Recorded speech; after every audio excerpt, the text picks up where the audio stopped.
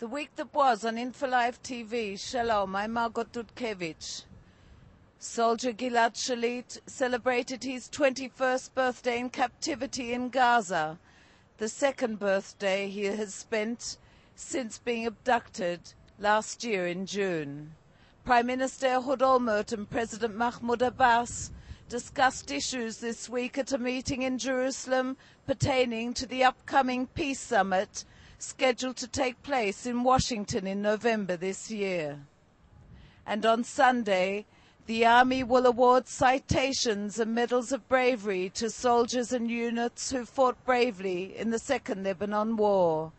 Infolive TV had an exclusive interview with Dr. Yehuda David, who tells us about the horrors of war and the brave young men who fought in it.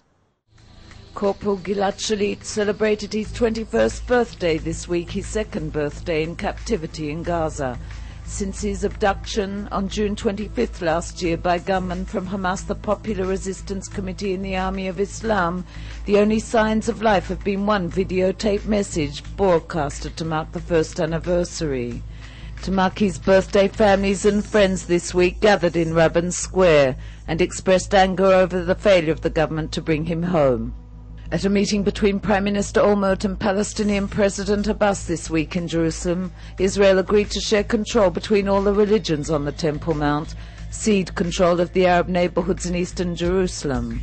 Olmert said he is willing to consider the return of Palestinian terrorists expelled abroad in May 2002 after laying siege in Bethlehem's Church of the Nativity. The 13 were involved in numerous attacks and the deaths of a number of Israelis. Qassam rockets continue to explode in Sderot and areas in the western Negev. Several Sderot homes suffered direct hits as well as one of the schools. In the past week, over 100 rockets have been fired at Israel. Because of the lack of protection, Sderot parents have threatened not to send their children to school next week. Homefront Commander Yitzhak Gershon told the Security Cabinet that 164 classrooms in Sderot have been fortified, as well as 200 in the Gaza vicinity. Hamas leaders in Damascus ordered cells located in the West Bank to carry out a mega terror attack inside Israel. The deputy head of the Shin Bet told the cabinet this week.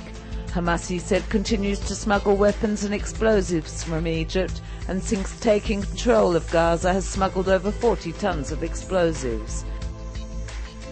This Sunday evening, the IDF will award medals and citations to commend the bravery and courage soldiers and their units displayed during the Second Lebanon War.